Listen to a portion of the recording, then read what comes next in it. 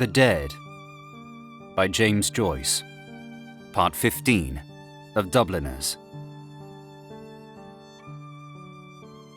Lily, the caretaker's daughter, was literally run off her feet. Hardly had she brought one gentleman into the little pantry behind the office on the ground floor and helped him off with his overcoat than the wheezy hall door bell clanged again, and she had to scamper along the bare hallway to let in another guest. It was well for her she had not to attend to the ladies also, but Miss Kate and Miss Julia had thought of that, and had converted the bathroom upstairs into a ladies' dressing room.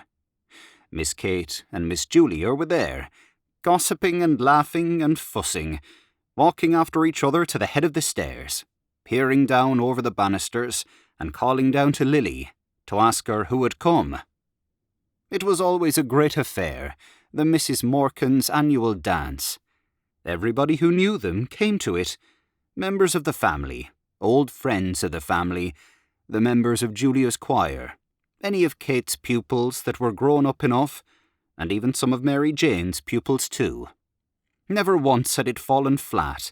For years and years it had gone off in splendid style, as long as anyone could remember, ever since Kate and Julia, after the death of their brother Pat, had left the house in Stony Batter and taken Mary Jane, their only niece, to live with them in a dark, gaunt house on Usher's Island, the upper part of which they had rented for Mr. Fulham, the corn factor, on the ground floor. That was a good 30 years ago, if it was a day. Mary Jane, who was then a little girl in short clothes, was now the main prop of the household, for she had the organ in Haddington Road. She had been through the academy and gave a pupils' concert every year in the upper room of the ancient concert rooms. Many of her pupils belonged to the better class families on a Kingstown and Dalkey line. Old as they were, her aunts also did their share. Julia, though she was quite grey, was still the leading soprano in Adam and Eve's, and Kate, being too feeble to go about much, gave music lessons to beginners on the old square piano in the back room. Lily, the caretaker's daughter, did housemaid's work for them. Though their life was modest, they believed in eating well, the best of everything, diamond-boned sirloins, 3-shilling tea, and the best bottled stout. But Lily seldom made a mistake in the orders, so that she got on well with her 3 mistresses. They were fussy, that was all, but the only thing they would not stand was back answers. Of course, they had good reason to be fussy on such a night, and then it was long after 10 o'clock, and yet there was no sign of Gabriel and his wife.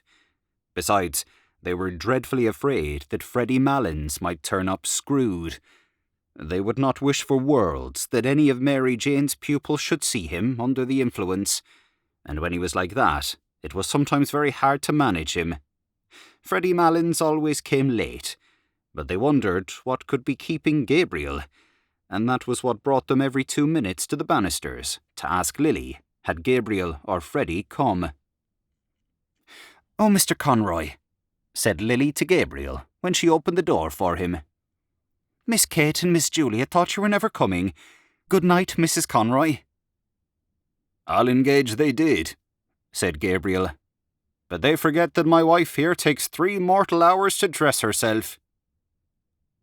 He stood on the mat, scraping the snow from his galoshes, while Lily led his wife to the foot of the stairs and called out, "Miss Kate, here's Mrs. Conroy." Kate and Julia came toddling down the dark stairs at once. Both of them kissed Gabriel's wife, said she must be perished alive, and asked was Gabriel with her. "Here I am, as right as the mail, Aunt Kate. Go on up, I'll follow," called out Gabriel from the dark. He continued scraping his feet vigorously while the 3 women went upstairs, laughing, to the ladies' dressing room. A light fringe of snow lay like a cape on the shoulders of his overcoat, and like toe-caps on the toes of his galoshes, and, as the buttons of his overcoat slipped with a squeaking noise through the snow-stiffened frieze, a cold, fragrant air from out of doors escaped from crevices and folds. "Is it snowing again, Mr. Conroy?" asked Lily. She had preceded him into the pantry to help him off with his overcoat. Gabriel smiled at the 3 syllables she had given his surname and glanced at her. She was a slim, growing girl, pale in complexion and with hay-coloured hair. The gas in the pantry made her look still paler. Gabriel had known her when she was a child and used to sit on the lowest step nursing a rag doll.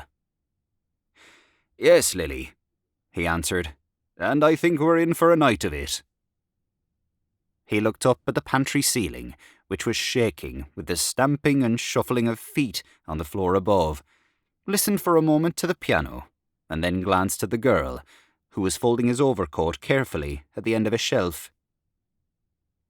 "Tell me, Lily," he said in a friendly tone, "do you still go to school?" "Oh no, sir," she answered. "I'm done schooling this year and more." "Oh then," said Gabriel gaily, "I suppose we'll be going to your wedding one of these fine days with your young man, eh?" The girl glanced back at him over her shoulder and said with great bitterness, "The men that is now is only all palaver, and what they can get out of you." Gabriel coloured, as if he felt he had made a mistake, and, without looking at her, kicked off his galoshes and flicked actively with his muffler at his patent leather shoes. He was a stout, tallish young man. The high colour of his cheeks pushed upwards, even to his forehead, where it scattered itself in a few formless patches of pale red, and on his hairless face there scintillated restlessly the polished lenses and the bright gilt rims of the glasses which screened his delicate and restless eyes. His glossy black hair was parted in the middle and brushed in a long curve behind his ears, where it curled slightly beneath the groove left by his hat. When he had flicked lustre into his shoes, he stood up and pulled his waistcoat down more tightly on his plump body. Then he took a coin rapidly from his pocket. "Oh, Lily," he said, thrusting it into her hands. "It's Christmas time, isn't it? Just, here's a little—" He walked rapidly towards the door. "Oh no, sir," cried the girl, following him. "Really, sir, I wouldn't take it." Christmas time," said Gabriel, almost trotting to the stairs and waving his hand to her in deprecation. The girl, seeing that he had gained the stairs, called out after him, "Well, thank you, sir." He waited outside the drawing-room door until the waltz should finish, listening to the skirts that swept against it and to the shuffling of feet. He was still discomposed by the girl's bitter and sudden retort. It had cast a gloom over him, which he tried to dispel by arranging his cuffs and the bows of his tie. He then took from his waistcoat pocket a little paper and glanced at the headings he had made for his speech. He was undecided about the lines from Robert Browning, for he feared they would be above the heads of his hearers. Some quotation that they would recognise from Shakespeare or from the melodies would be better. The indelicate clacking of the men's heels and the shuffling of their soles reminded him that their grade of culture differed from his. He would only make himself ridiculous by quoting poetry to them, which they could not understand. They would think that he was airing his superior education. He would fail with them, just as he had failed with the girl in the pantry. He had taken up a wrong tone. His whole speech was a mistake, from first to last, an utter failure. Just then, his aunts and his wife came out of the ladies' dressing-room. His aunts were 2 small, plainly dressed old women. Aunt Julia was an inch or so the taller. Her hair, drawn low over the tops of her ears, was grey, and grey also, with darker shadows, was her large, flaccid face. Though she was stout in build and stood erect, her slow eyes and parted lips gave her the appearance of a woman who did not know where she was or where she was going. Aunt Kate was more vivacious. Her face, healthier than her sister's, was all puckers and creases, like a shrivelled red apple, and her hair, braided in the same old-fashioned way, had not lost its ripe nut colour. They both kissed Gabriel frankly. He was their favourite nephew, the son of their dead elder sister, Ellen, who had married T.J. Conroy of the Porton Docks. "Greta tells me you're not going to take a cab back to Monkstown tonight, Gabriel," said Aunt Kate. "No," said Gabriel, turning to his wife. "We had quite enough of that last year, hadn't we? Don't you remember, Aunt Kate, what a cold Greta got out of it? Cab windows rattling all the way, and the east wind blowing in after we passed Merrion. Very jolly it was. Greta caught a dreadful cold." Aunt Kate frowned severely and nodded her head at every word. "Quite right, Gabriel, quite right," she said. "You can't be too careful." "But as for Greta there," said Gabriel, "she'd walk home in the snow if she were let." Mrs. Conroy laughed. "Don't mind him, Aunt Kate," she said. "He's really an awful bother, what with green shades for Tom's eyes at night, and making him do the dumbbells, and forcing Eva to eat the stirabout, the poor child, and she simply hates the sight of it. Oh, but you'll never guess what he makes me wear now." She broke out into a peal of laughter and glanced at her husband, whose admiring and happy eyes had been wandering from her dress to her face and hair. The two aunts laughed heartily too, for Gabriel's solicitude was a standing joke with them. "Galoshes," said Mrs. Conroy. "That's the latest. Whenever it's wet underfoot, I must put on my galoshes. Tonight, even, he wanted me to put them on, but I wouldn't. The next thing he'll buy me will be a diving suit."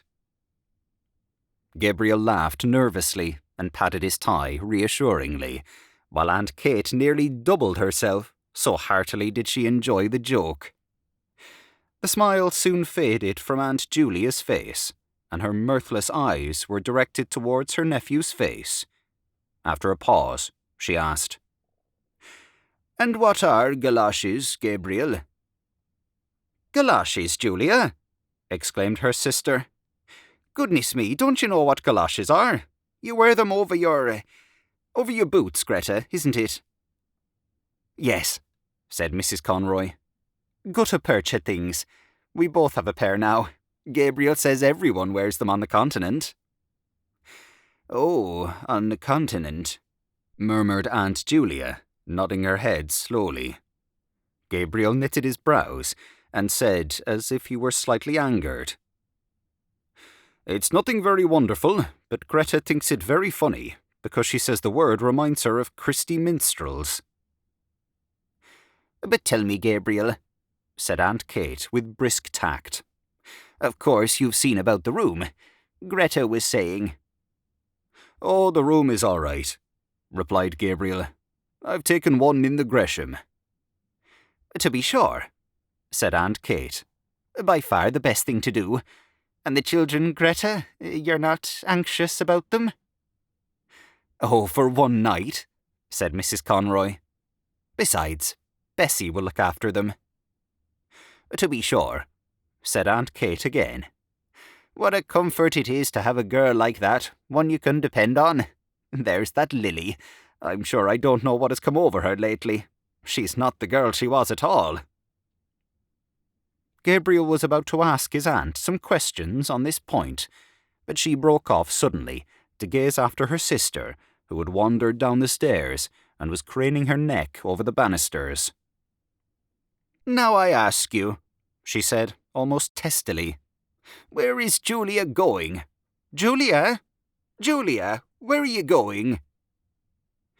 Julia, who had gone halfway down one flight, came back and announced blandly, "Here's Freddy." At the same moment, a clapping of hands and a final flourish of the pianist told that the waltz had ended. The drawing-room door was opened from within, and some couples came out.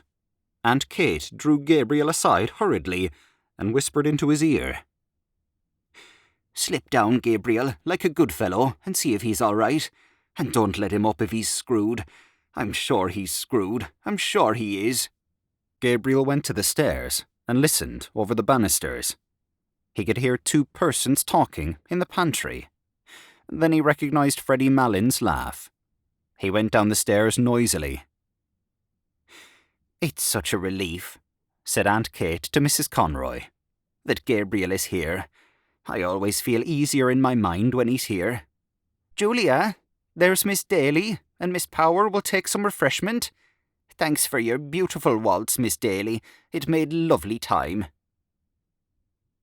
A tall, wizen-faced man with a stiff, grizzled moustache and swarthy skin, who was passing out with his partner, said, "And may we have some refreshment too, Miss Morkan?" "Julia," said Aunt Kate summarily. "And here's Mr. Brown and Miss Furlong. Take them in, Julia, with Miss Daly and Miss Power." "I'm the man for the ladies," said Mr. Brown, pursing his lips until his moustache bristled and smiling in all his wrinkles. "You know, Miss Morkan, the reason they are so fond of me is—" He did not finish his sentence, but seeing that Aunt Kate was out of earshot, at once led the three young ladies into the back room.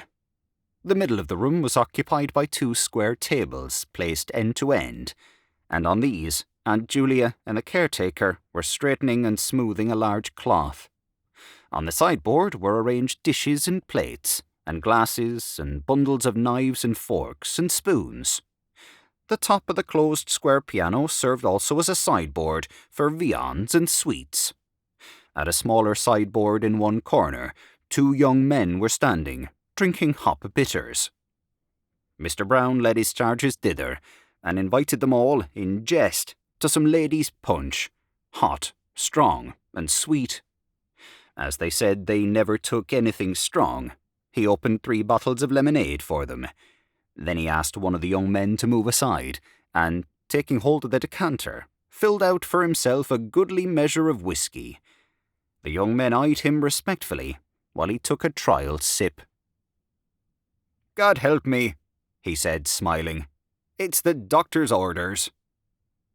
His wizened face broke into a broader smile, and the 3 young ladies laughed in musical echo to his pleasantry, swaying their bodies to and fro with nervous jerks of their shoulders.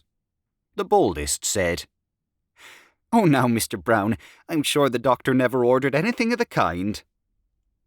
Mr. Brown took another sip of his whisky, and said with sidling mimicry, "Well, you see, I'm like the famous Mrs. Cassidy, who is reported to have said, 'Now, Mary Grimes, if I don't take it, make me take it, for I feel I want it.'" His hot face had leaned forward a little too confidentially, and he had assumed a very low Dublin accent, so that the young ladies, with one instinct, received his speech in silence. Miss Furlong, who was one of Mary Jane's pupils, asked Miss Daly what was the name of the pretty waltz she had played, and Mr. Brown, seeing that he was ignored, turned promptly to the 2 young men, who were more appreciative. A red-faced young woman, dressed in pansy, came into the room, excitedly clapping her hands and crying, "Quadrilles! Quadrilles!" Close on her heels came Aunt Kate, crying, "2 gentlemen and 3 ladies, Mary Jane." "Oh, here's Mr. Bergin and Mr. Kerrigan," said Mary Jane. "Mr. Kerrigan, will you take Miss Power? Miss Furlong, may I get you a partner, Mr. Bergin? Oh, that'll just do now." "3 ladies, Mary Jane," said Aunt Kate. The 2 young gentlemen asked the ladies if they might have the pleasure, and Mary Jane turned to Miss Daly. "Oh, Miss Daly, you're really awfully good, after playing for the last 2 dances, but really, we're so short of ladies tonight." "I don't mind in the least, Miss Morkan." "But I've a nice partner for you, Mr. Bartle Darcy, the tenor. I'll get him to sing later on. All Dublin is raving about him." "A lovely voice, said Aunt Kate. As the piano had twice begun the prelude to the first figure, Mary Jane led her recruits quickly from the room. They had hardly gone when Aunt Julia wandered slowly into the room, looking behind her at something. "What is the matter, Julia?" asked Aunt Kate, anxiously. "Who is it?"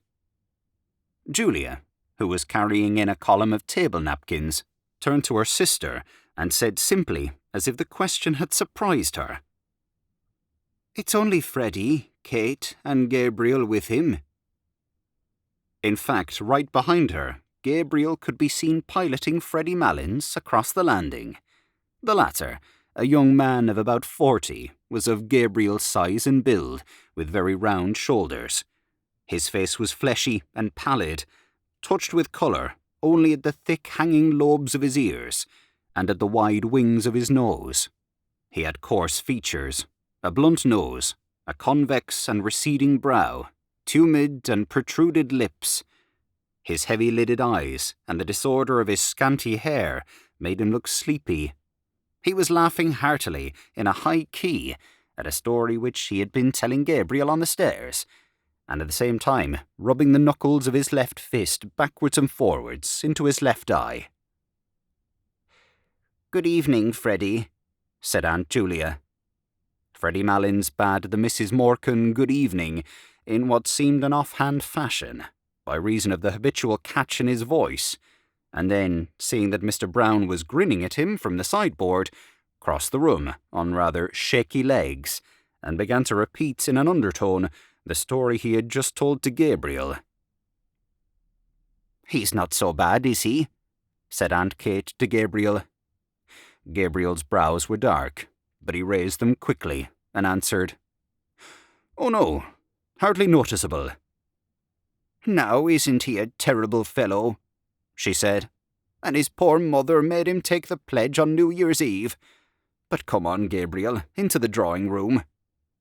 Before leaving the room with Gabriel, she signalled to Mr. Brown by frowning and shaking her forefinger in warning, to and fro.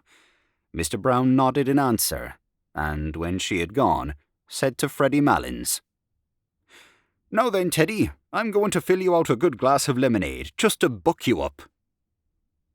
Freddy Malins, who was nearing the climax of his story, waved the offer aside impatiently.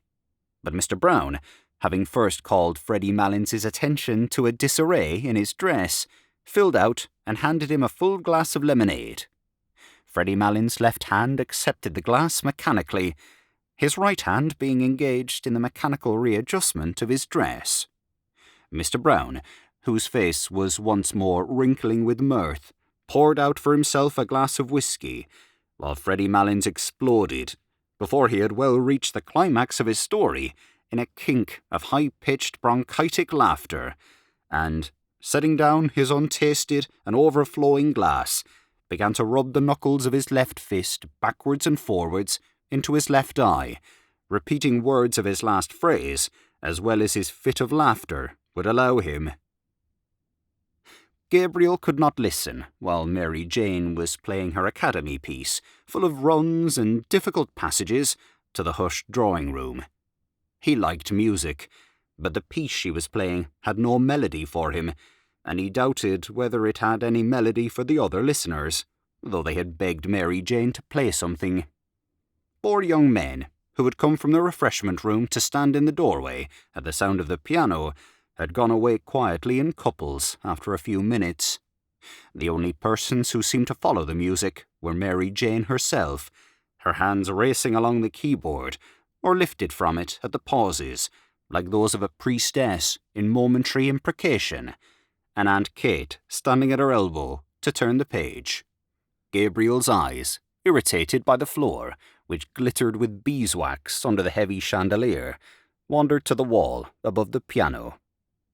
A picture of the balcony scene in Romeo and Juliet hung there, and beside it was a picture of the 2 murdered princes in the tower, which Aunt Julia had worked in red, blue, and brown wools when she was a girl.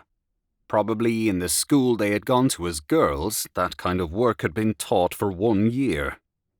His mother had worked for him as a birthday present a waistcoat of purple tabinet, with little foxes' heads upon it, lined with brown satin and having round mulberry buttons. It was strange that his mother had had no musical talent, though Aunt Kate used to call her the brains carrier of the Morkan family. Both she and Julia had always seemed a little proud of their serious and matronly sister. Her photograph stood before the pier glass. She held an open book on her knees and was pointing out something in it to Constantine, who, dressed in a man-o'-war suit, lay at her feet. It was she who had chosen the name of her sons, for she was very sensible of the dignity of family life.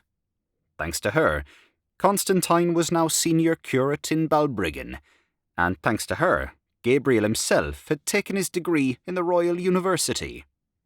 A shadow passed over his face as he remembered her sullen opposition to his marriage. Some slighting phrases she had used still rankled in his memory. She had once spoken of Greta as being country cute, and that was not true of Greta at all.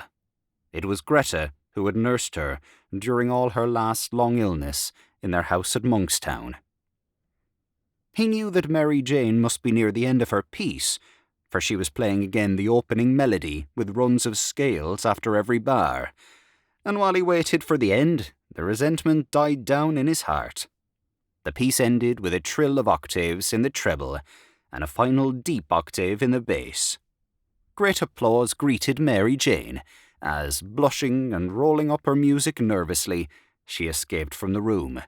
The most vigorous clapping came from the 4 young men in the doorway, who had gone away to the refreshment room at the beginning of the piece, but had come back when the piano had stopped. Lancers were arranged. Gabriel found himself partnered with Miss Ivers. She was a frank-mannered, talkative young lady with a freckled face and prominent brown eyes. She did not wear a low-cut bodice, and the large brooch, which was fixed in the front of her collar, bore on it an Irish device and motto. When they had taken their places, she said abruptly, "I have a crow to pluck with you." "With me?" said Gabriel.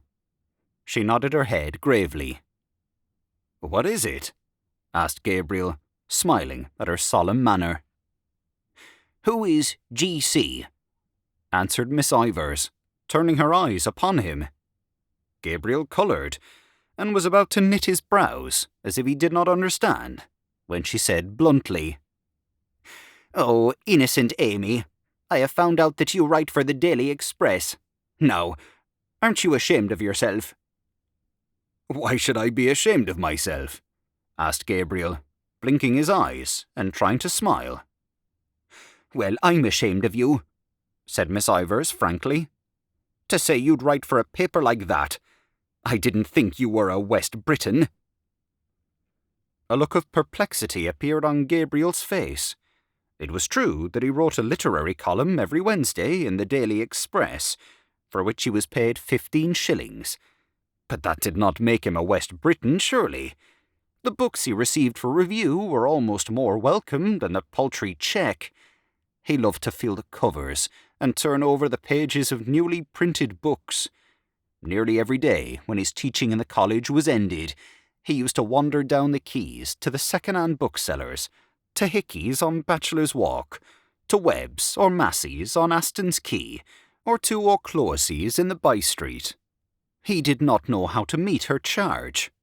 He wanted to say that literature was above politics, but they were friends of many years' standing, and their careers had been parallel, first at the university, and then as teachers, and he could not risk a grandiose phrase with her.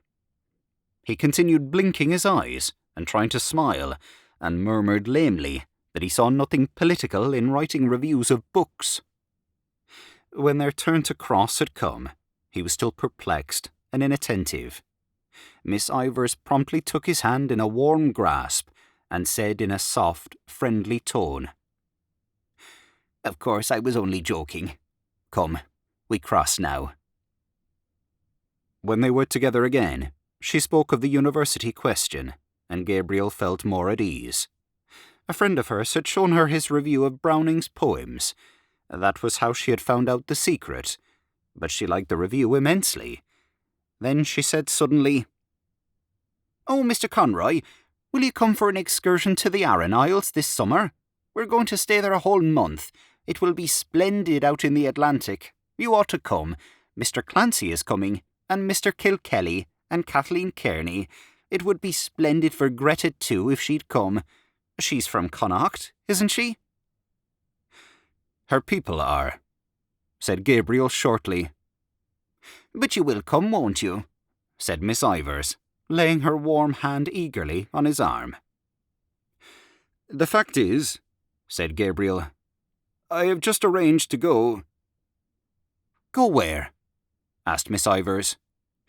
"Well, you know, every year I go for a cycling tour with some fellows, and so—" "But where?" asked Miss Ivors. "Well, we usually go to France, or Belgium, or perhaps Germany," said Gabriel awkwardly. "And why do you go to France and Belgium," said Miss Ivors, "instead of visiting your own land?" "Well," said Gabriel, "it's partly to keep in touch with the languages, and partly for a change." "And haven't you your own language to keep in touch with? Irish?" asked Miss Ivors. "Well," said Gabriel, "if it comes to that, you know, Irish is not my language." Their neighbours had turned to listen to the cross-examination. Gabriel glanced right and left nervously, and tried to keep his good humour under the ordeal which was making a blush invade his forehead. "And haven't you your own land to visit?" continued Miss Ivors, "that you know nothing of, your own people and your own country?" "Oh, to tell you the truth," retorted Gabriel suddenly, "I'm sick of my own country. Sick of it." "Why?" asked Miss Ivors. Gabriel did not answer, for his retort had heated him. "Why?" repeated Miss Ivors. They had to go visiting together, and, as he had not answered her, Miss Ivors said warmly, "Of course, you've no answer." Gabriel tried to cover his agitation by taking part in the dance with great energy. He avoided her eyes, for he had seen a sour expression on her face. But when they met in the long chain, he was surprised to feel his hand firmly pressed. She looked at him from under her brows for a moment quizzically, until he smiled. Then, just as the chain was about to start again, she stood on tiptoe and whispered into his ear, "West Britain." When the Lancers were over, Gabriel went away to a remote corner of the room where Freddy Malins' mother was sitting. She was a stout, feeble old woman with white hair. Her voice had a catch in it, like her son's, and she stuttered slightly. She had been told that Freddy had come, and that he was nearly all right. Gabriel asked her whether she had had a good crossing. She lived with her married daughter in Glasgow, and came to Dublin on a visit once a year. She answered placidly that she had had a beautiful crossing, and that the captain had been most attentive to her. She spoke also of the beautiful house her daughter kept in Glasgow, and of all the friends they had there. While her tongue rambled on, Gabriel tried to banish from his mind all memory of the unpleasant incident with Miss Ivors. Of course the girl, or woman, or whatever she was an enthusiast, but there was a time for all things. Perhaps he ought not to have answered her like that, but she had no right to call him a West Briton before people, even in joke. She had tried to make him ridiculous before people, heckling him and staring at him with her rabbit's eyes. He saw his wife making her way towards him through the waltzing couples. When she reached him, she said into his ear, "Gabriel, Aunt Kate wants to know, won't you carve the goose as usual? Miss Daly will carve the ham, and I'll do the pudding." "All right," said Gabriel. "She's sending in the younger ones first, as soon as this waltz is over, so that we'll have the table to ourselves." "Were you dancing?" asked Gabriel. "Of course I was. Didn't you see me? What row had you with Molly Ivors?" "No row? Why? Did she say so?" "Something like that. I'm trying to get that Mr. Darcy to sing. He's full of conceit, I think." "There was no row," said Gabriel moodily. "Only she wanted me to go for a trip to the west of Ireland, and I said I wouldn't." His wife clasped her hands excitedly and gave a little jump. "Oh, do go, Gabriel," she cried. "I'd love to see Galway again."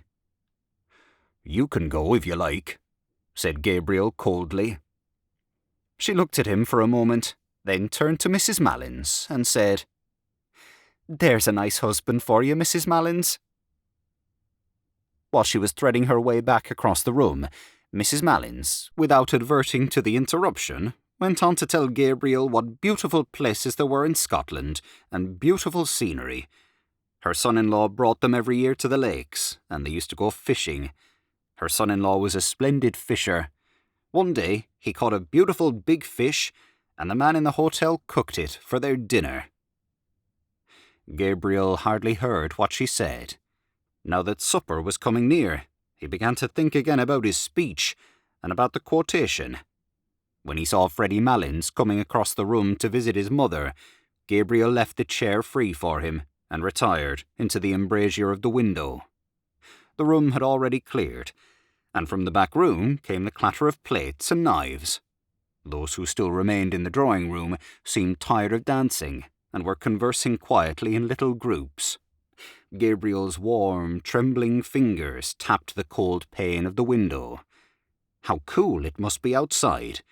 How pleasant it would be to walk out alone, first along by the river, and then through the park. The snow would be lying on the branches of the trees and forming a bright cap on the top of the Wellington Monument. How much more pleasant it would be there than at the supper table.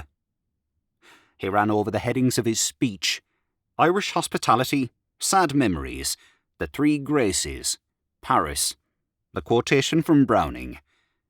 He repeated to himself a phrase he had written in his review: "One feels that one is listening to a thought-tormented music." Miss Ivors had praised the review. Was she sincere? Had she really any life of her own behind all her propagandism? There had never been any ill feeling between them until that night. It unnerved him to think that she would be at the supper table, looking up at him while he spoke, with her critical, quizzing eyes. Perhaps she would not be sorry to see him fail in his speech. An idea came into his mind and gave him courage. He would say, alluding to Aunt Kate and Aunt Julia, "Ladies and gentlemen, the generation which is now on the wane among us may have had its faults, but for my part, I think it had certain qualities of hospitality, of humour, of humanity, which the new and very serious and hyper-educated generation that is growing up around us seems to me to lack." Very good. That was one for Miss Ivors. What did he care that his aunts were only two ignorant old women? A murmur in the room attracted his attention.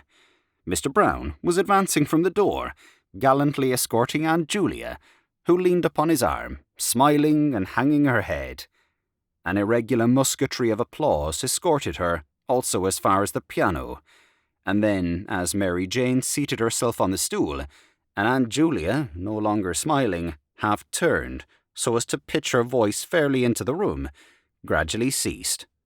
Gabriel recognized the prelude. It was that of an old song of Aunt Julia's, arrayed for the bridal. Her voice, strong and clear in tone, attacked with great spirit the runs which embellished the air, and though she sang very rapidly, she did not miss even the smallest of the grace notes. To follow the voice without looking at the singer's face was to feel and share the excitement of swift and secure flight.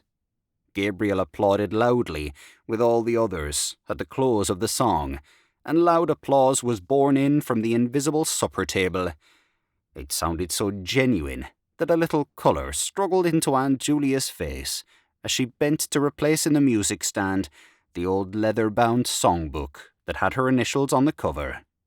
Freddy Malins, who had listened with his head perched sideways to hear her better, was still applauding when everyone else had ceased, and talking animatedly to his mother, who nodded her head gravely and slowly in acquiescence.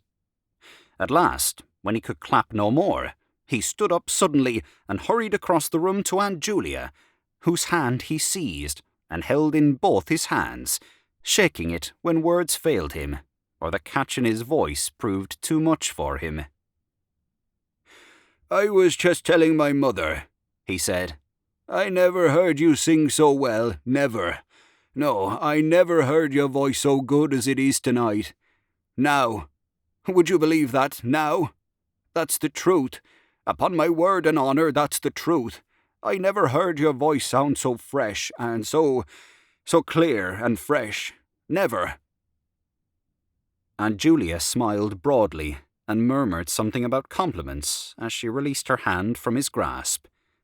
Mr. Brown extended his open hand towards her and said to those who were near him in the manner of a showman introducing a prodigy to an audience, "Miss Julia Morkan, my latest discovery." He was laughing very heartily at this himself when Freddy Malins turned to him and said, "Well, Brown, if you're serious, you might make a worse discovery. All I can say is I never heard her sing half so well as long as I am coming here, and that's the honest truth." "Neither did I," said Mr. Brown. "I think her voice has greatly improved." Aunt Julia shrugged her shoulders and said with meek pride, 30 years ago I hadn't a bad voice, as voices go." "I often told Julia," said Aunt Kate emphatically, "that she was simply thrown away in that choir, but she never would be said by me." She turned, as if to appeal to the good sense of the others against a refractory child, while Aunt Julia gazed in front of her, a vague smile of reminiscence playing on her face.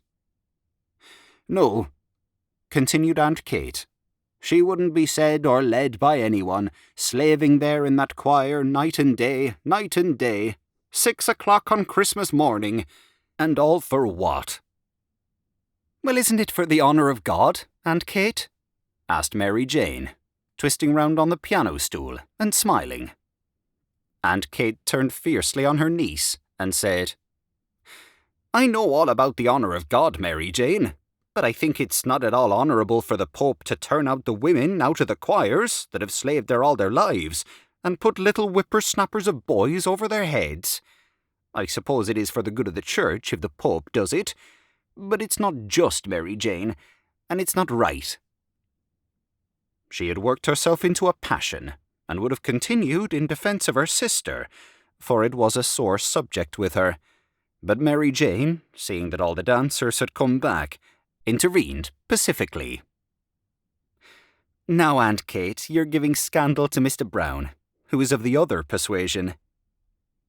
Aunt Kate turned to Mr. Brown, who was grinning at this allusion to his religion, and said hastily, "Oh, I don't question the Pope's being right. I'm only a stupid old woman, and I wouldn't presume to do such a thing.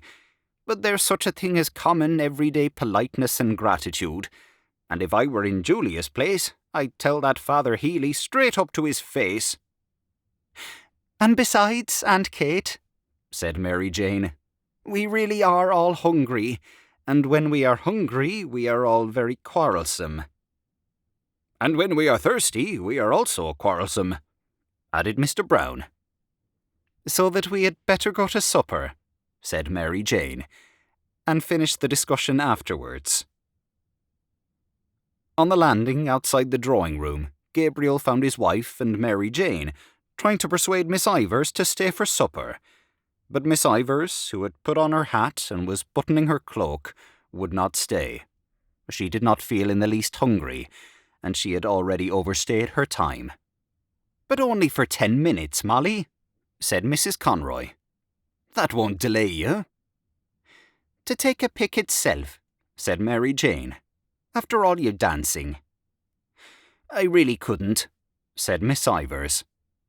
"I'm afraid you didn't enjoy yourself at all," said Mary Jane, hopelessly. "Ever so much, I assure you," said Miss Ivors. "But you really must let me run off now." "But how can you get home?" asked Mrs. Conroy. "Oh, it's only 2 steps up the quay." Gabriel hesitated a moment and said, "If you will allow me, Miss Ivors, I'll see you home, if you are really obliged to go." But Miss Ivors broke away from them. "I won't hear of it," she cried. "For goodness sake, go into your suppers and don't mind me. I'm quite well able to take care of myself." "Well, you're the comical girl, Molly," said Mrs. Conroy frankly. "Ben act live," cried Miss Ivors with a laugh as she ran down the staircase. Mary Jane gazed after her, a moody, puzzled expression on her face, while Mrs. Conroy leaned over the banisters to listen for the hall door. Gabriel asked himself, was he the cause of her abrupt departure? But she did not seem to be in ill humour. She had gone away laughing. He stared blankly down the staircase. At the moment, Aunt Kate came toddling out of the supper-room, almost wringing her hands in despair. "Where is Gabriel?" she cried. "Where on earth is Gabriel? There's everyone waiting in there, stage to let, and nobody to carve the goose." "Here I am, Aunt Kate," cried Gabriel with sudden animation, "ready to carve a flock of geese if necessary." A fat brown goose lay at one end of the table, and at the other end, on a bed of creased paper strewn with sprigs of parsley, lay a great ham, stripped of its outer skin and peppered over with crust crumbs, a neat paper frill round its shin, and beside this was a round of spiced beef. Between these rival ends ran parallel lines of side dishes, 2 little minsters of jelly, red and yellow, a shallow dish full of blocks of blancmange and red jam, a large green leaf-shaped dish with a stalk-shaped handle, on which lay bunches of purple raisins and peeled almonds, a companion dish on which lay a solid rectangle of Smyrna figs, a dish of custard topped with grated nutmeg, a small bowl full of chocolates and sweets wrapped in gold and silver papers, and a glass vase in which stood some tall celery stalks. In the centre of the table there stood, as sentries to a fruit stand which upheld a pyramid of oranges and American apples, 2 squat, old-fashioned decanters of cut glass, one containing port and the other dark sherry.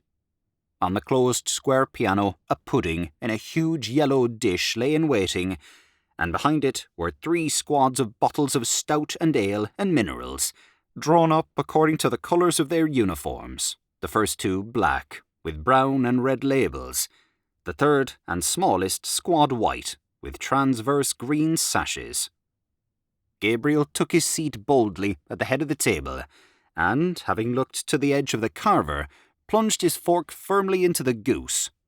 He felt quite at ease now, for he was an expert carver, and liked nothing better than to find himself at the head of a well-laden table. "Miss Furlong, what shall I send you?" he asked.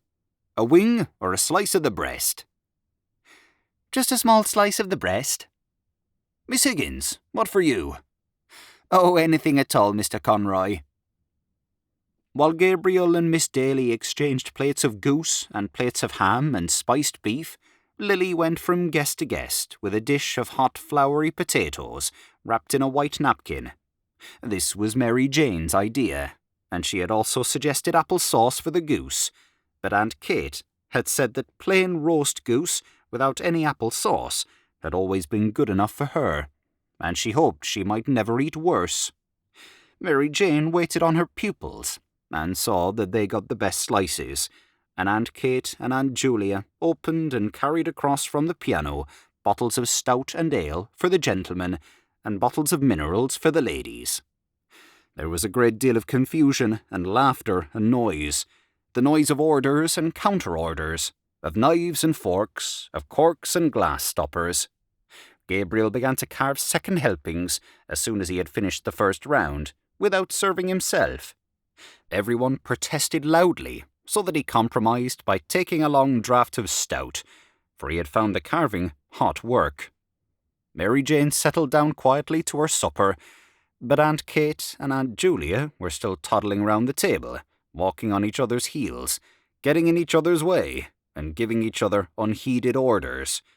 Mr. Brown begged of them to sit down and eat their suppers, and so did Gabriel, but they said they were time enough, so that, at last, Freddy Malins stood up, and, capturing Aunt Kate, plumped her down on her chair amid general laughter. When everyone had been well served, Gabriel said, smiling, "Now, if anyone wants a little more of what vulgar people call stuffing, let him or her speak." A chorus of voices invited him to begin his own supper, and Lily came forward with 3 potatoes, which she had reserved for him. "Very well," said Gabriel amiably, as he took another preparatory draught. "Kindly forget my existence, ladies and gentlemen, for a few minutes." He set to his supper, and took no part in the conversation with which the table covered Lily's removal of the plates. The subject of talk was the opera company, which was then at the Theatre Royal.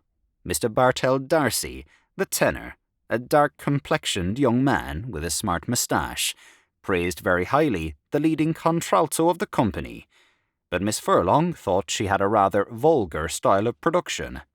Freddy Malins said there was a chieftain singing in the second part of the Gaiety pantomime, who had one of the finest tenor voices he had ever heard. "Have you heard him?"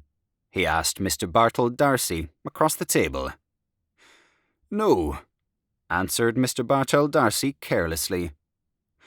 "Because," Freddy Malins explained, "now I'd be curious to hear your opinion of him. I think he has a grand voice." "It takes Teddy to find out the really good things," said Mr. Brown familiarly to the table. "And why couldn't he have a voice too?" asked Freddy Malins sharply. "Is it because he's only a black?"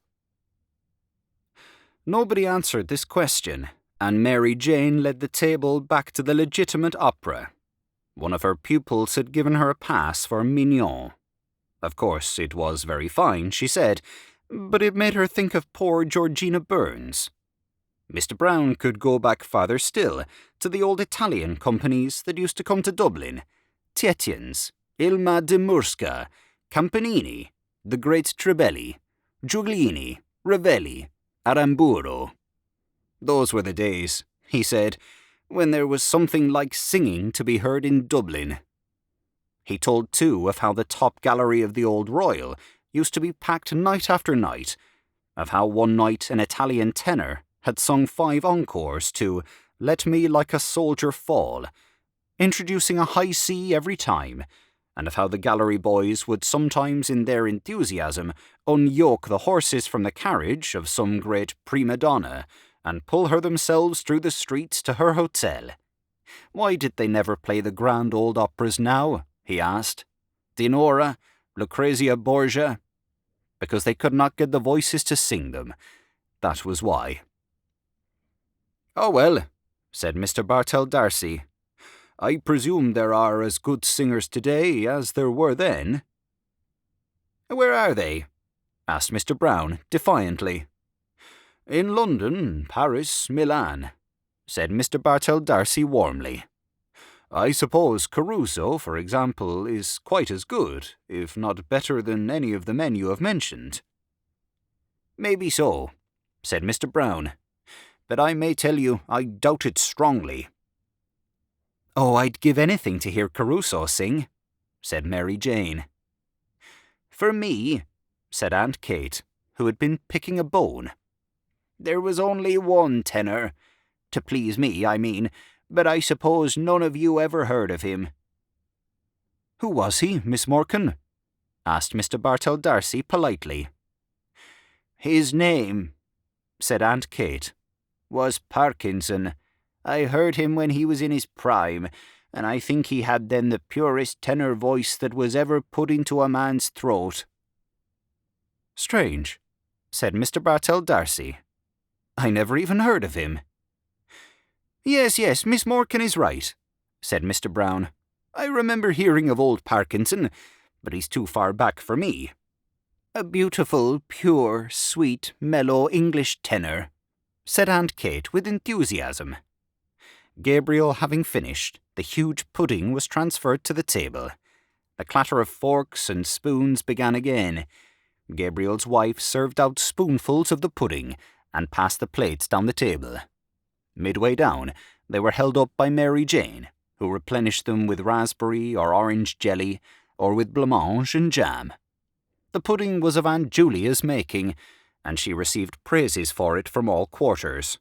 She herself said that it was not quite brown enough. "Well, I hope, Miss Morkan," said Mr. Brown, that I'm brown enough for you, because, you know, I'm all brown." All the gentlemen, except Gabriel, ate some of the pudding out of compliment to Aunt Julia.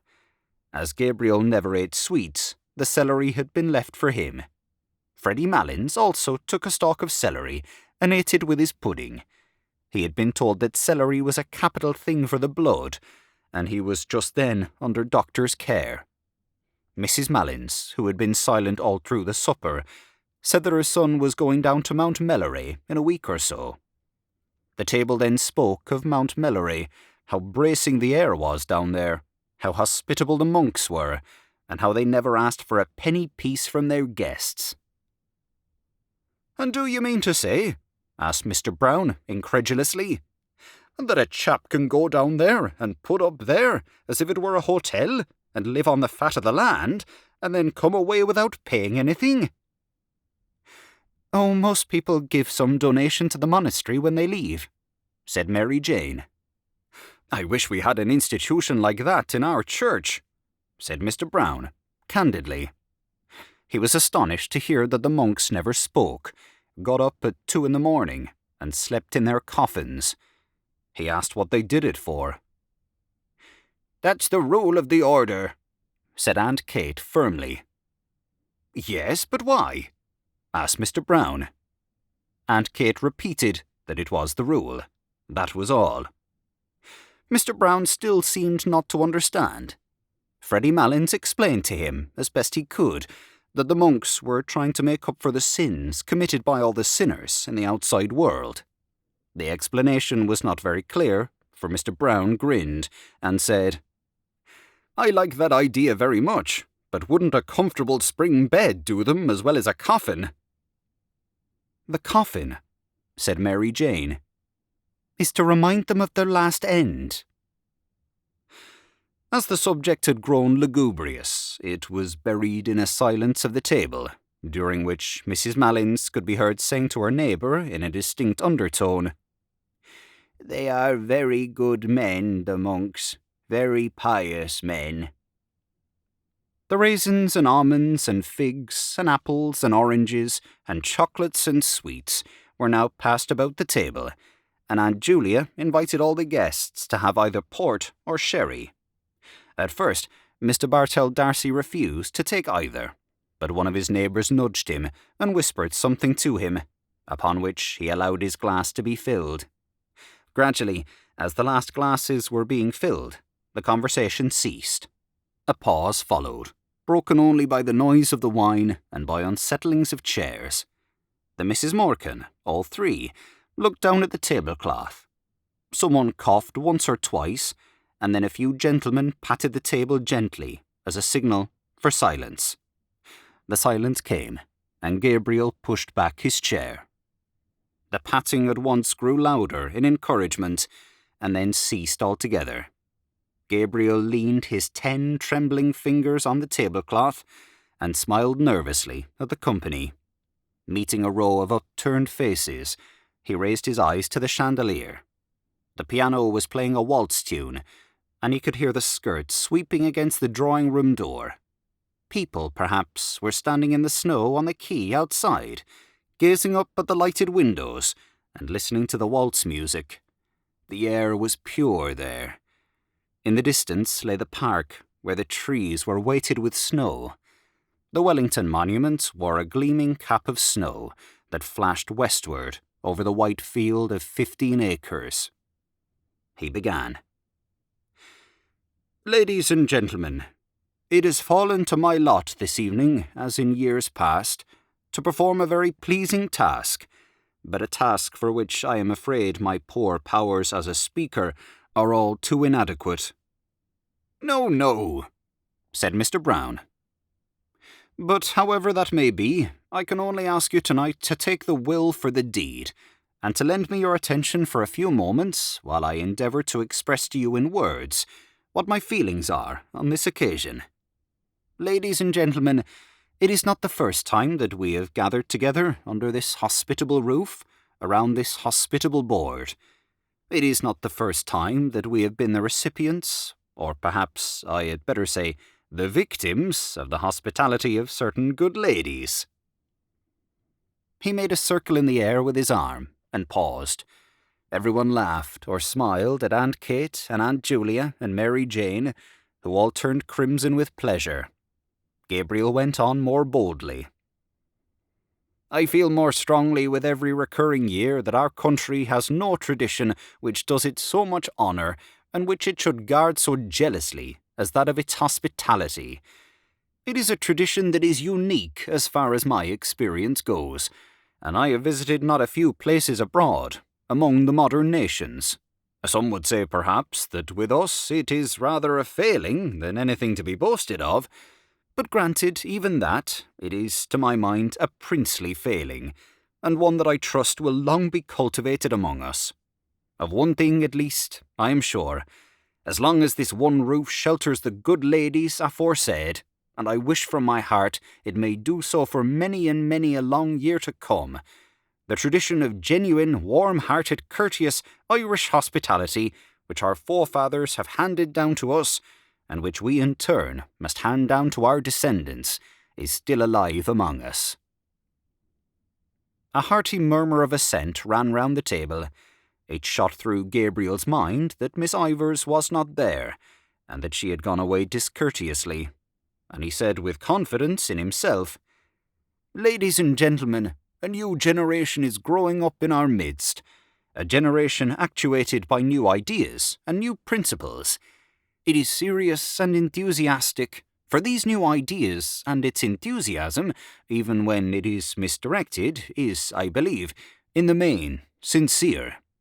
But we are living in a sceptical, and, if I may use the phrase, a thought-tormented age, and sometimes I fear that this new generation, educated or hyper-educated as it is, will lack those qualities of humanity, of hospitality, of kindly humour which belonged to an older day.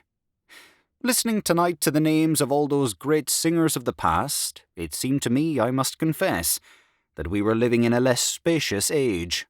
Those days might, without exaggeration, be called spacious days, and if they are gone beyond recall, let us hope at least that in gatherings such as this we shall still speak of them with pride and affection, still cherish in our hearts the memory of those dead and gone great ones, whose fame the world will not willingly let die."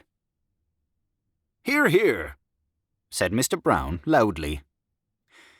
"But yet," continued Gabriel, his voice falling into a softer inflection, "there are always in gatherings such as this sadder thoughts that will recur to our minds, thoughts of the past, of youth, of changes, of absent faces that we miss here tonight. Our path through life is strewn with many such sad memories, and were we to brood upon them always, we could not find the heart to go on bravely with our work among the living. We have all of us living duties and living affections which claim, and rightly claim, our strenuous endeavours. Therefore, I will not linger on the past. I will not let any gloomy moralising intrude upon us here tonight. Here we are gathered together for a brief moment from the bustle and rush of our everyday routine.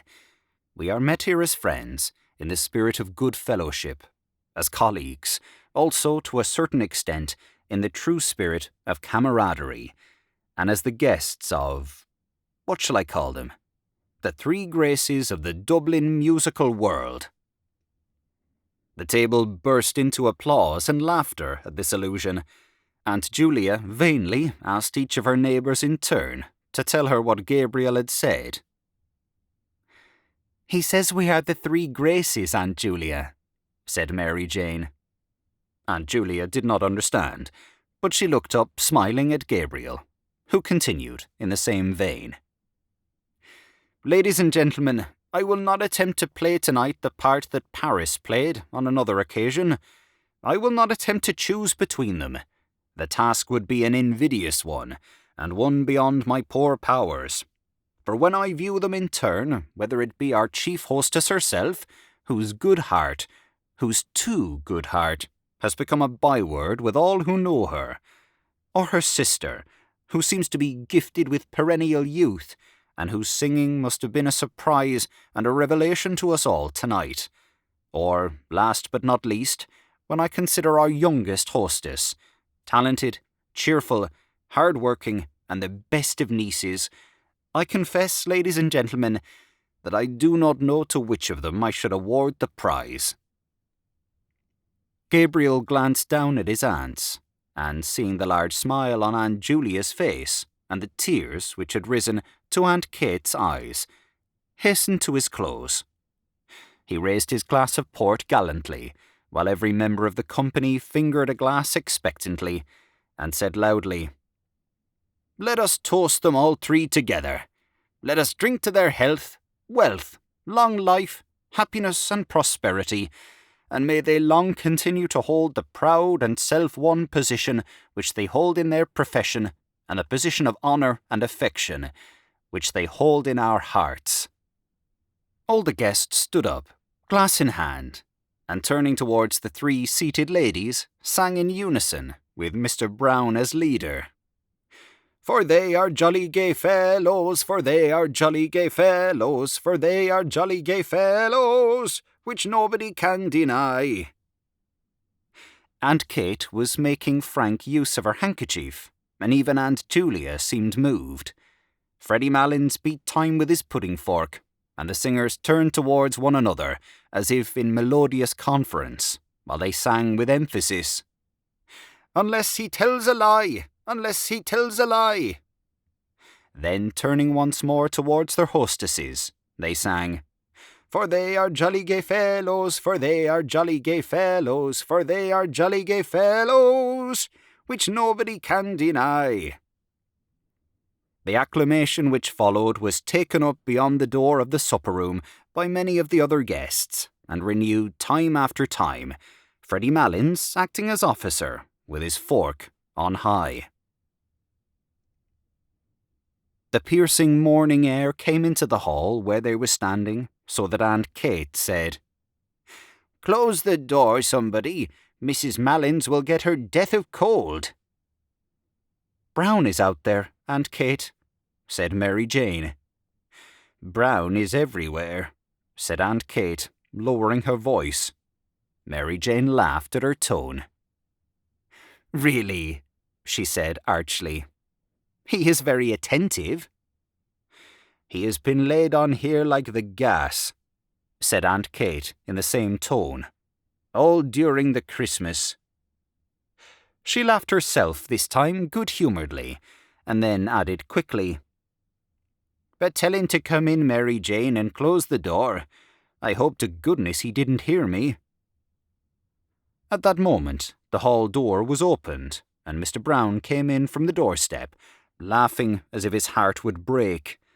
He was dressed in a long green overcoat with mock astrakhan cuffs and collar, and wore on his head an oval fur cap. He pointed down the snow-covered quay, from where the sound of shrill, prolonged whistling was borne in. "Teddy will have all the cabs in Dublin out," he said. Gabriel advanced from the little pantry behind the office, struggling into his overcoat, and looking round the hall, said, "Greta not down yet?" "She's getting on her things, Gabriel," said Aunt Kate. "Who's playing up there?" asked Gabriel. "Nobody. They're all gone." "Oh no, Aunt Kate," said Mary Jane. "Bartol Darcy and Miss O'Callaghan aren't gone yet." "Someone is fooling at the piano anyhow," said Gabriel. Mary Jane glanced at Gabriel and Mr. Brown, and said with a shiver, "It makes me feel cold to look at you two gentlemen muffled up like that. I wouldn't like to face your journey home at this hour."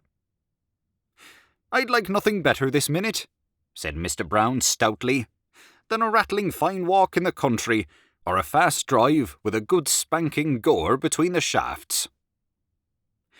"We used to have a very good horse and trap at home," said Aunt Julia sadly.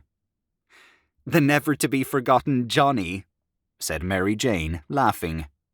Aunt Kate and Gabriel laughed too. "Why, what was wonderful about Johnny?"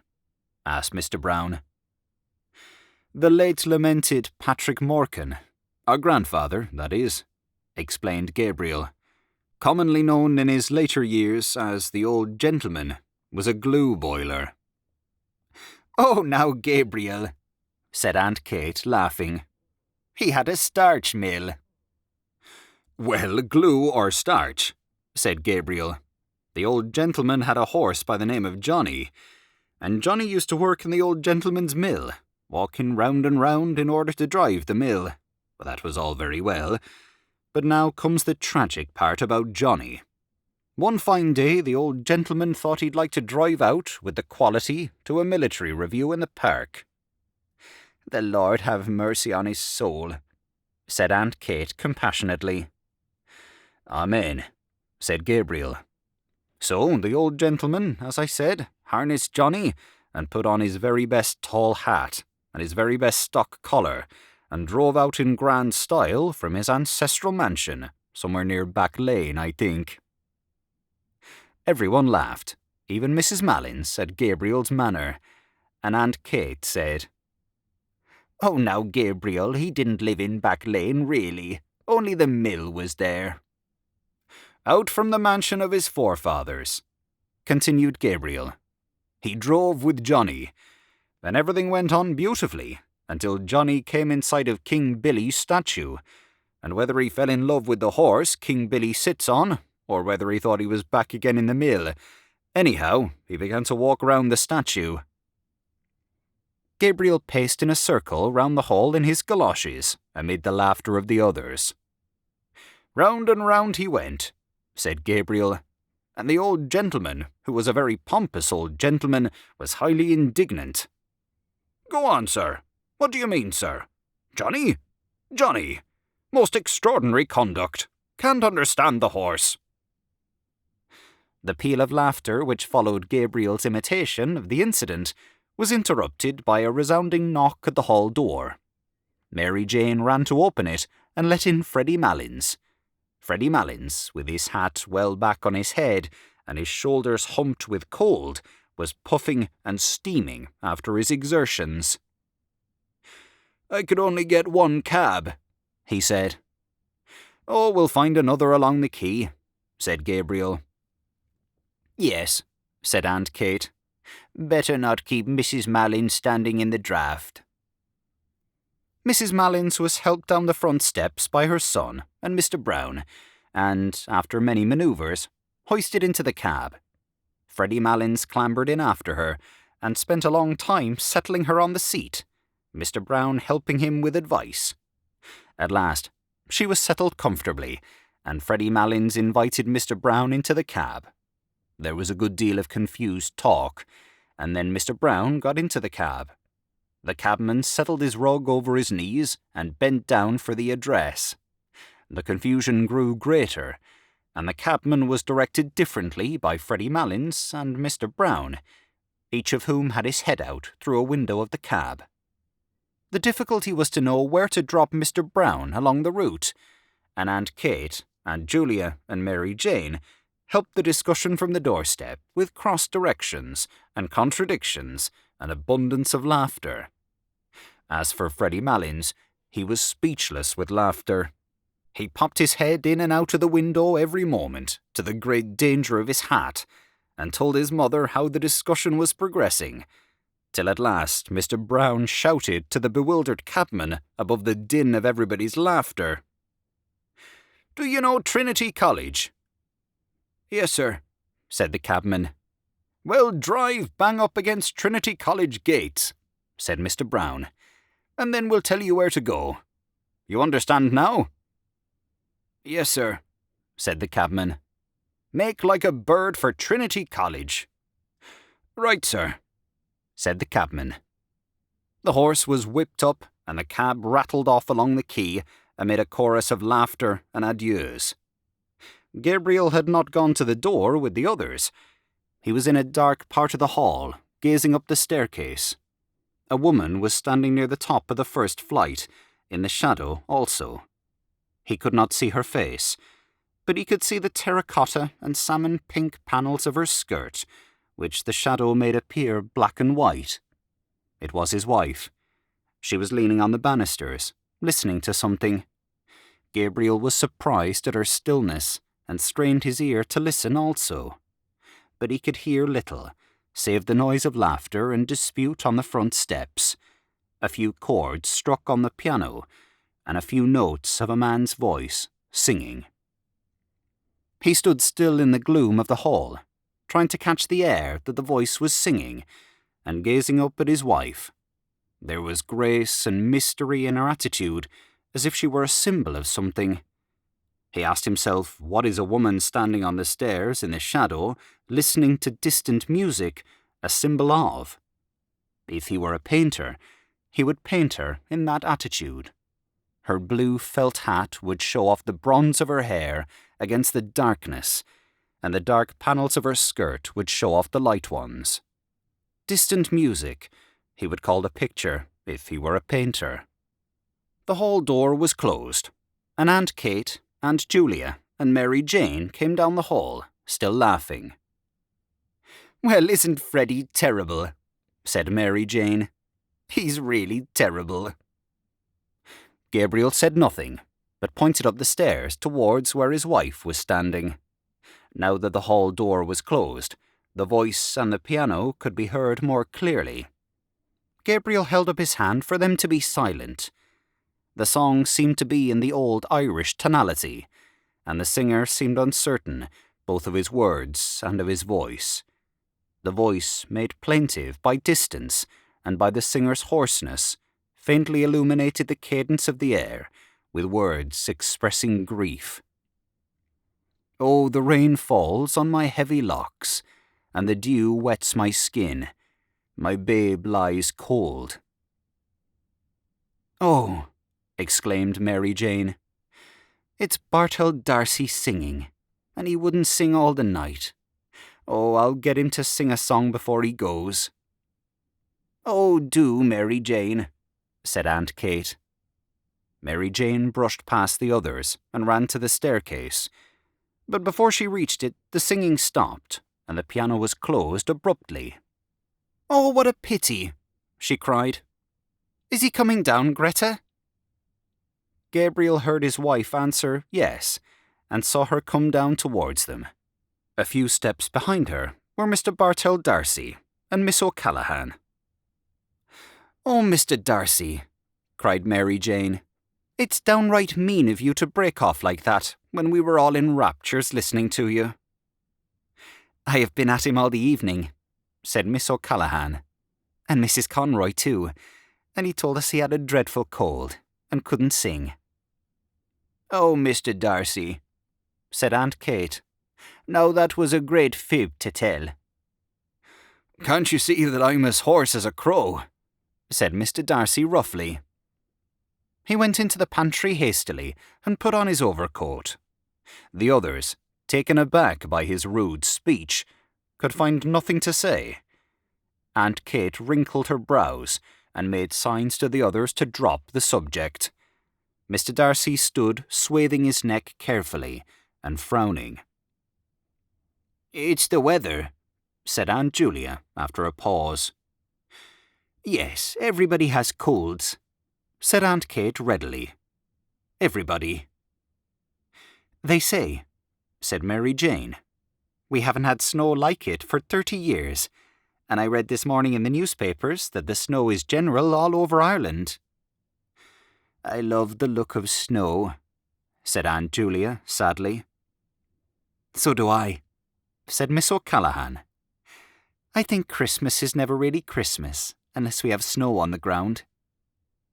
"But poor Mr. D'Arcy doesn't like the snow," said Aunt Kate, smiling.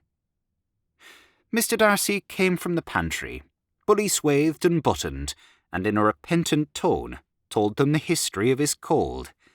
Everyone gave him advice and said it was a great pity, and urged him to be very careful of his throat in the night air. Gabriel watched his wife, who did not join in the conversation. She was standing right under the dusty fanlight, and the flame of the gas lit up the rich bronze of her hair, which he had seen her drying at the fire a few days before. She was in the same attitude, and seemed unaware of the talk about her. At last she turned towards them, and Gabriel saw that there was colour on her cheeks, and that her eyes were shining. A sudden tide of joy went leaping out of his heart. "Mr. Darcy," she said, "what is the name of that song you were singing?" "It's called The Lass of Aughrim," said Mr. Darcy, "but I couldn't remember it properly. Why, do you know it?" "The Lass of Aughrim," she repeated. "I couldn't think of the name." "It's a very nice air," said Mary Jane. "I'm sorry you were not in voice tonight." "Now, Mary Jane," said Aunt Kate, "don't annoy Mr. Darcy. I won't have him annoyed." Seeing that all were ready to start, she shepherded them to the door, where good night was said. "Well, good night, Aunt Kate, and thanks for the pleasant evening." "Good night, Gabriel. Good night, Greta." "Good night, Aunt Kate, and thanks ever so much. Good night, Aunt Julia." "Oh, good night, Greta. I didn't see you." "Good night, Mr. Darcy. Good night, Miss O'Callaghan." "Good night, Miss Morkan." "Good night again." "Good night, all. Safe home." "Good night, good night." The morning was still dark. A dull yellow light brooded over the houses and the river, and the sky seemed to be descending. It was slushy underfoot, and only streaks and patches of snow lay on the roofs, on the parapets of the quay, and on the area railings. The lamps were still burning redly in the murky air, and across the river, the palace of the Four Courts stood out menacingly against the heavy sky.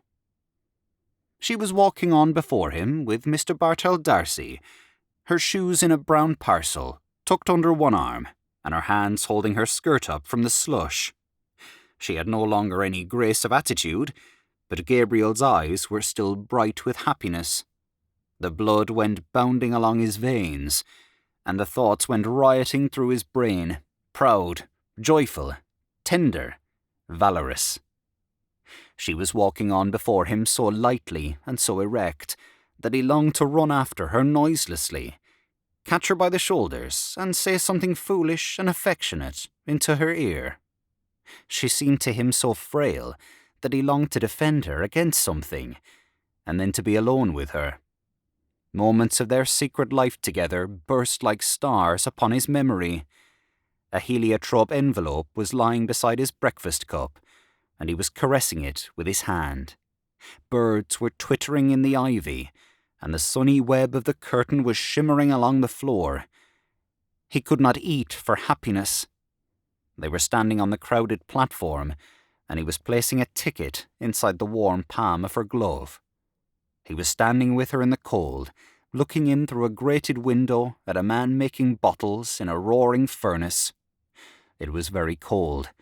Her face, fragrant in the cold air, was quite close to his, and suddenly he called out to the man at the furnace, "Is the fire hot, sir?" But the man could not hear with the noise of the furnace. It was just as well. He might have answered rudely. A wave of yet more tender joy escaped from his heart and went coursing in warm flood along his arteries. Like the tender fire of stars, moments of their life together, that no one knew of, or would ever know of, broke upon and illumined his memory. He longed to recall to her those moments, to make her forget the years of their dull existence together, and remember only their moments of ecstasy. For the years he felt had not quenched his soul, or hers. Their children, his writing, her household cares, had not quenched all their soul's tender fire. In one letter that he had written to her then, he had said, "Why is it that words like these seem to me so dull and cold? Is it because there is no word tender enough to be your name?" Like distant music, these words that he had written years before were borne towards him from the past. He longed to be alone with her. When the others had gone away, when he and she were in their room in the hotel, then they would be alone together. He would call her softly. Greta. Perhaps she would not hear at once. She would be undressing. Then something in his voice would strike her. She would turn and look at him. At the corner of Wine Tavern Street, they met a cab. He was glad of its rattling noise, as it saved him from conversation. She was looking out of the window and seemed tired. The others spoke only a few words, pointing out some building or street. The horse galloped along wearily under the murky morning sky, dragging his old rattling box after his heels, and Gabriel was again in a cab with her, galloping to catch the boat, galloping to their honeymoon. As the cab drove across O'Connell Bridge, Miss O'Callaghan said, "They say you never cross O'Connell Bridge without seeing a white horse." "I see a white man this time," said Gabriel. Where? asked Mr. Bartell D'Arcy. Gabriel pointed to the statue, on which lay patches of snow. Then he nodded familiarly to it and waved his hand. "Good night, Dan," he said gaily. When the cab drew up before the hotel, Gabriel jumped out and, in spite of Mr. Bartell D'Arcy's protest, paid the driver. He gave the man a shilling over his fare. The man saluted and said, "A prosperous New Year to you, sir." "The same to you," said Gabriel cordially. She leaned for a moment on his arm in getting out of the cab, and while standing at the curbstone, bidding the others good night. She leaned lightly on his arm, as lightly as when she had danced with him a few hours before.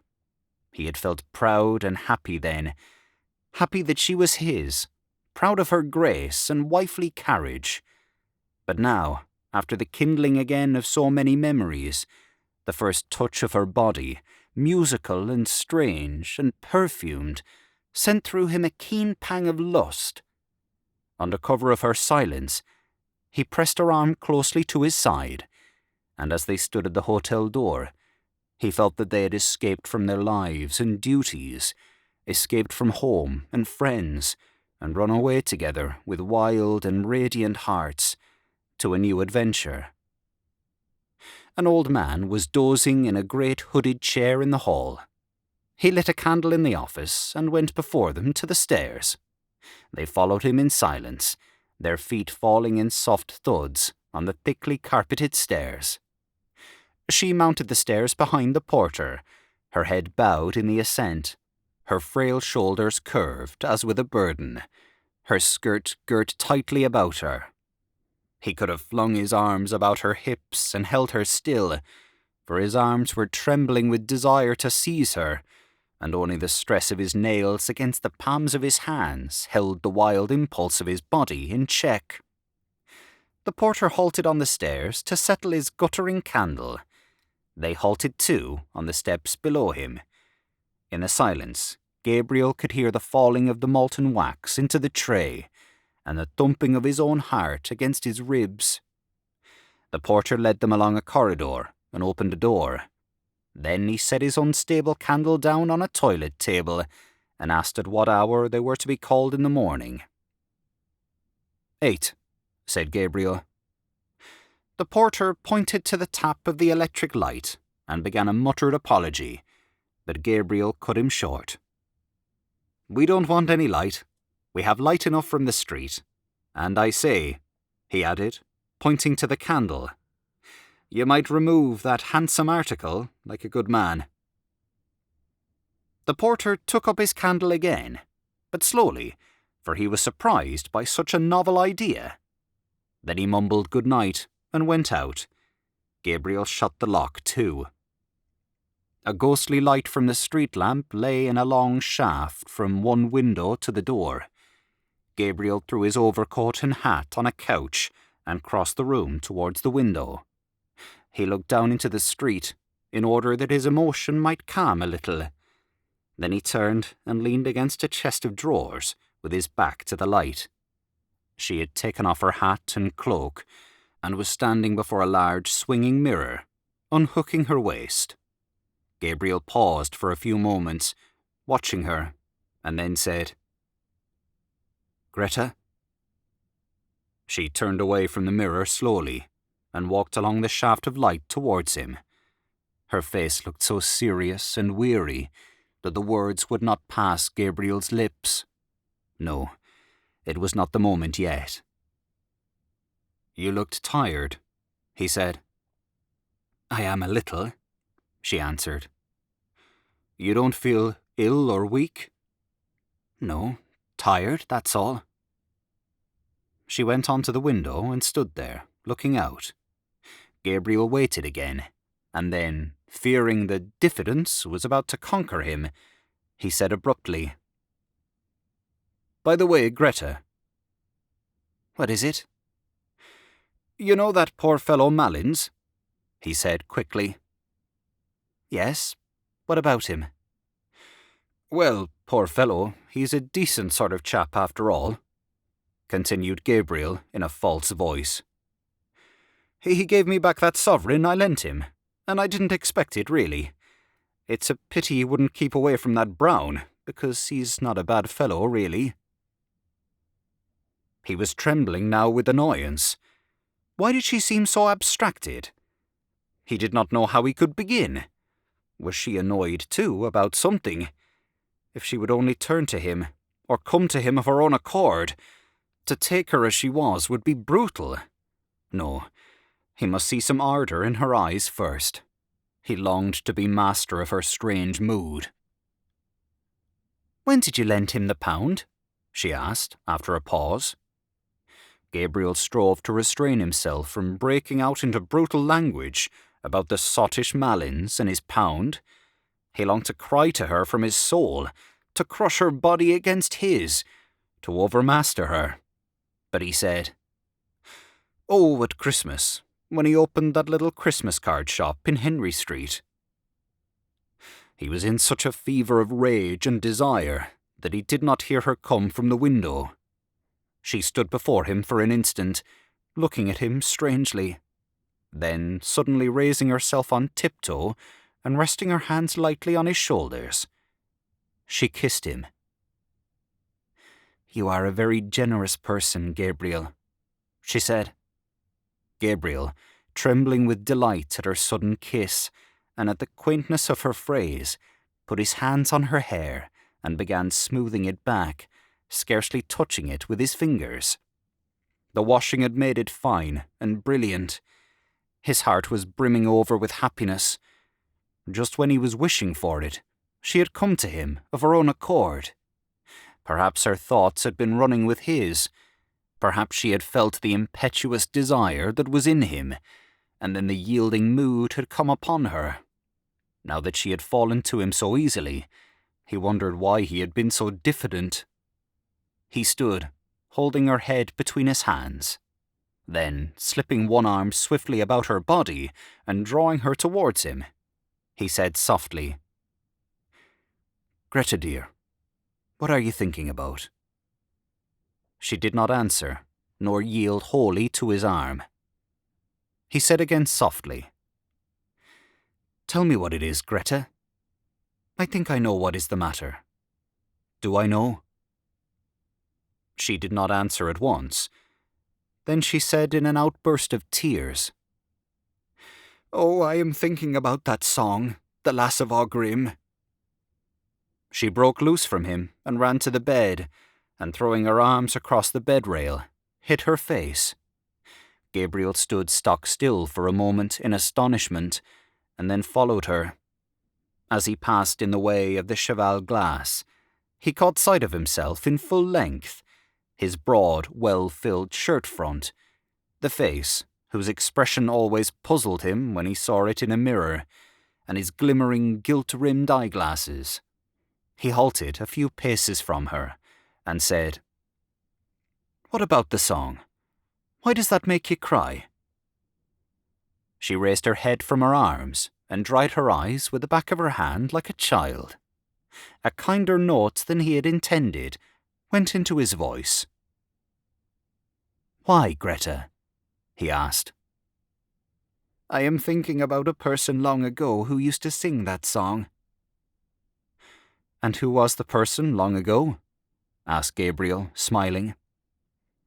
It was a person I used to know in Galway when I was living with my grandmother," she said. The smile passed away from Gabriel's face. A dull anger began to gather again at the back of his mind, and the dull fires of his lust began to glow angrily in his veins. "Someone you were in love with?" he asked ironically. "It was a young boy I used to know," she answered, "named Michael Fury. He used to sing that song, The Lass of Aughrim. He was very delicate." Gabriel was silent. He did not wish her to think that he was interested in this delicate boy. "I can see him so plainly," she said after a moment. "Such eyes as he had, big dark eyes, and such an expression in them, an expression." "Oh, then you were in love with him," said Gabriel. "I used to go out walking with him," she said, "when I was in Galway." A thought flew across Gabriel's mind. "Perhaps that was why you wanted to go to Galway with that Ivors girl," he said coldly. She looked at him and asked in surprise, "What for?" Her eyes made Gabriel feel awkward. He shrugged his shoulders and said, "How do I know? To see him, perhaps." She looked away from him, along the shaft of light towards the window, in silence. "He is dead," she said at length. "He died when he was only 17. Isn't it a terrible thing to die so young as that?" "What was he?" asked Gabriel, still ironically. "He was in the gasworks," she said. Gabriel felt humiliated by the failure of his irony, and by the evocation of this figure from the dead, a boy in the gasworks. While he had been full of memories of their secret life together, full of tenderness and joy and desire, she had been comparing him in her mind with another. A shameful consciousness of his own person assailed him. He saw himself as a ludicrous figure, acting as a penny boy for his aunts, a nervous, well-meaning sentimentalist, orating to vulgarians and idealizing his own clownish lusts, the pitiable, fatuous fellow he had caught a glimpse of in the mirror. Instinctively, he turned his back more to the light, lest she might see the shame that burned upon his forehead. He tried to keep up his tone of cold interrogation, but his voice when he spoke was humble and indifferent. "I suppose you were in love with this Michael Fury, Greta?" he said. "I was great with him at that time," she said. Her voice was veiled and sad. Gabriel, feeling now how vain it would be to try to lead her whither he had purposed, caressed one of her hands, and said, also sadly, "And what did he die of so young, Greta? Consumption, was it?" "I think he died for me," she answered. A vague terror seized Gabriel at this answer, as if, at that hour when he had hoped to triumph, some impalpable and vindictive being was coming against him, gathering forces against him in its vague world. But he shook himself free of it with an effort of reason, and continued to caress her hand. He did not question her again, for he felt that she would tell him of herself. Her hand was warm and moist. It did not respond to his touch, but he continued to caress it, just as he had caressed her first letter to him that spring morning. "It was in the winter," she said. "About the beginning of winter, when I was going to leave my grandmother's and come up here to the convent, and he was ill at the time in his lodgings in Galway, and wouldn't be let out, and his people in Oughterard were written to. He was in decline, they said, or something like that. I never knew rightly." She paused for a moment and sighed. "Poor fellow," she said. "He was very fond of me, and he was such a gentle boy. We used to go out together, walking, you know, Gabriel, like the way they do in the country. He was going to study singing, only for his health. He had a very good voice, poor Michael Fury." "Well, and then?" asked Gabriel. "And then when it came to the time for me to leave Galway and come up to the convent, he was much worse, and I wouldn't be let see him. So I wrote him a letter saying I was going up to Dublin and would be back in the summer, and hoping he would be better then." She paused for a moment to get her voice under control, and then went on. "Then the night before I left, I was in my grandmother's house in Nuns Island packing up, and I heard gravel thrown against the window. The window was so wet I couldn't see, so I ran downstairs as I was and slipped out the back into the garden, and there was the poor fellow at the end of the garden, shivering." "And did you not tell him to go back?" asked Gabriel. "I implored of him to go home at once, and told him he would get his death in the rain. But he said he did not want to live. I can see his eyes as well as well. He was standing at the end of the wall where there was a tree." "And did he go home?" asked Gabriel. "Yes, he went home. And when I was only a week in the convent, he died, and he was buried in Oughterard, where his people came from. Oh, the day that I heard that he was dead." She stopped, choking with sobs, and, overcome by emotion, flung herself face downward on the bed, sobbing in the quilt.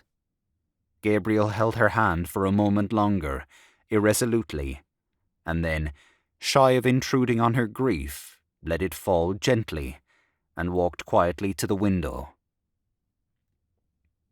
She was fast asleep. Gabriel, leaning on his elbow, looked for a few moments unresentfully on her tangled hair and half-open mouth, listening to her deep-drawn breath. So she had had that romance in her life. A man had died for her sake. It hardly pained him now to think how poor a part he, her husband, had played in her life. He watched her while she slept, as though he and she had never lived together as man and wife. His curious eyes rested long upon her face and on her hair, and, as he thought of what she must have been then, in that time of her first girlish beauty, a strange, friendly pity for her entered his soul. He did not like to say even to himself that her face was no longer beautiful, but he knew that it was no longer the face for which Michael Fury had braved death. Perhaps she had not told him all the story. His eyes moved to the chair, over which she had thrown some of her clothes. A petticoat string dangled to the floor. One boot stood upright, its limp upper fallen down. The fellow of it lay upon its side. He wondered at his riot of emotions of an hour before. From what had it proceeded? From his aunt's supper, from his own foolish speech, from the wine and dancing, the merrymaking when saying good night in the hall, the pleasure of the walk along the river in the snow. Poor Aunt Julia. She too would soon be a shade, with the shade of Patrick Morkan and his horse. He had caught that haggard look upon her face for a moment when she was singing Arrayed for the Bridal. Soon, perhaps, he would be sitting in that same drawing-room, dressed in black, his silk hat on his knees. The blinds would be drawn down, and Aunt Kate would be sitting beside him, crying and blowing her nose, and telling him how Julia had died. He would cast about in his mind for some words that might console her, and would find only lame and useless ones. Yes, that would happen very soon. The air of the room chilled his shoulders. He stretched himself cautiously along under the sheets, and lay down beside his wife. One by one, they were all becoming shades. Better pass boldly into that other world, in the full glory of some passion, than fade and wither dismally with age. He thought of how she who lay beside him had locked in her heart for so many years that image of her lover's eyes, when he had told her that he did not wish to live. Generous tears filled Gabriel's eyes. He had never felt like that himself towards any woman, but he knew that such a feeling must be love. The tears gathered more thickly in his eyes, and in the partial darkness he imagined he saw the form of a young man standing under a dripping tree. Other forms were near. His soul had approached that region where dwell the vast hosts of the dead. He was conscious of, but could not apprehend, their wayward and flickering existence.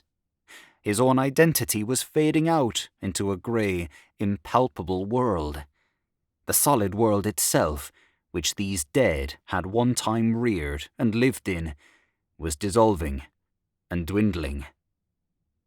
A few light taps upon the pane made him turn to the window. It had begun to snow again. He watched sleepily the flakes, silver and dark, falling obliquely against the lamplight. The time had come for him to set out on his journey westward. Yes, the newspapers were right. Snow was general all over Ireland. It was falling on every part of the dark central plain, on the treeless hills, falling softly upon the bog of Allen, and farther westward, softly falling into the dark, mutinous Shannon waves. It was falling, too, upon every part of the lonely churchyard on the hill, where Michael Fury lay buried. It lay thickly drifted on the crooked crosses and headstones, on the spears of the little gate, on the barren thorns. His soul swooned slowly as he heard the snow falling faintly through the universe, and faintly falling, like the descent of their last end, upon all the living and the dead. Thank you for listening to The Dead by James Joyce, Part 15 of Dubliners.